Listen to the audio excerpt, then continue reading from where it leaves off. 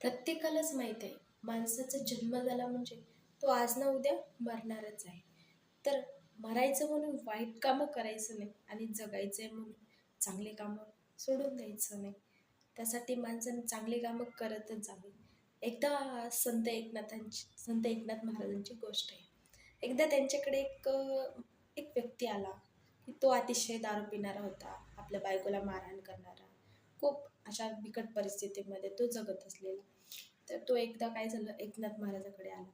एकनाथ महाराजाला तो विचारत होता की महाराज, तुम्ही तर एक सज्जन पुरुष आहात, तर तुम्ही असा काहीतरी मला उपदेश द्या की तुम्ही एवढे हसमुख कसं काय, तुमच्या जीवनामधलं असं तथ्य काय जे तुम्ही एवढे चांगल्या प्रकारे राहता, एवढे तुमचे विचार सुंदर आहेत, आम्ही काय तुमच्यासारखे नाही भेटत, किंवा साधू पुरुष कुणाला म्हणतात.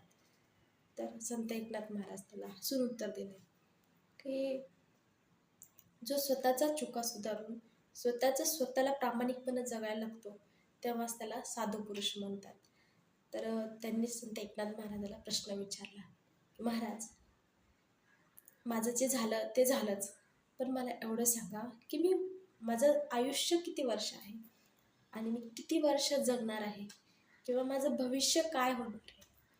तर संत एकनाथ महाराज त्याला सांगितले की बाबा, तुझं काही नाही, तुझं आयुष्य फक्त 8च दिवस आहे आणि तू 8 दिवसात मरणार आहेस. एवढं ऐकला आणि तो व्यक्ती घरी लगेच निघून गेला.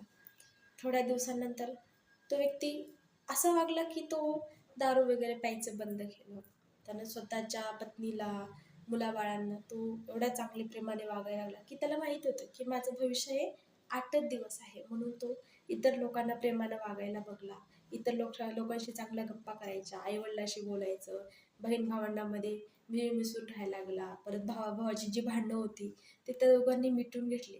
अशा प्रकारे त्यांनी करत करत करत करत चांगलं माणुसकीने वागायला सुरुवात केली. 8 दिवसामध्ये प्रत्येक लोक म्हणायला लागले की हा व्यक्ती असा कसा काय बदलला, असा कसा काय बदलला. कारण त्याला माहीत होतं ना की आपण जगणार फक्त 8च दिवस आहोत. 8 दिवसाच्या नंतर आपण मरणार आहोत. तर मरायच्या अगोदर आपण चांगलं का वागलं नाही पाहिजे, किंवा हे लोक म्हणतील, ते लोक म्हणतील आपल्याला, म्हणून तो चांगलं वागण्याचा प्रयत्न करत होता. मग परत तो 8व्या दिवशी झोपला. 8व्या दिवशी झोपल्यानंतर तो रात्री परत सकाळी उठून बघतो, तो जागीच आहे. त्याला वाटलं मी जागीच आहे, अरे मी कसा काय जागी. परत तो विचार केला की मी मेला नाही आहे, मी जिवंत आहे. मग परत तो तसाच हसत उठला, देवाला नमस्कार केला आणि संत एकनाथ महाराजाकडे आला. संत एकनाथ महाराजांना म्हणायला लागला की महाराज, मी तर जिवंत आहे, तुम्ही तर म्हणलात की मी 8च दिवसात मरणार आहे. तर तेव्हा संत एकनाथ महाराज त्याला म्हणाले की हे बाळा, माणूस मरणार हे तुला पण माहिती आहे, मला पण माहिती आहे. या पृथ्वीवर प्रत्येक प्राणी आलेला हा मरणारच आहे. त्यासाठी आपण चांगली कामे करून मेलं पाहिजे, किंवा इतर लोकांच्या आठवणीत राहिलं पाहिजे. मरावे परी कीर्तिरूप उरावे. त्यासाठी तो म्हटला की बाळा, तुला मी हे फक्त चुकीचं सांगितले, कारण असं कोणीही नाही जो भविष्य सांगू शकेल.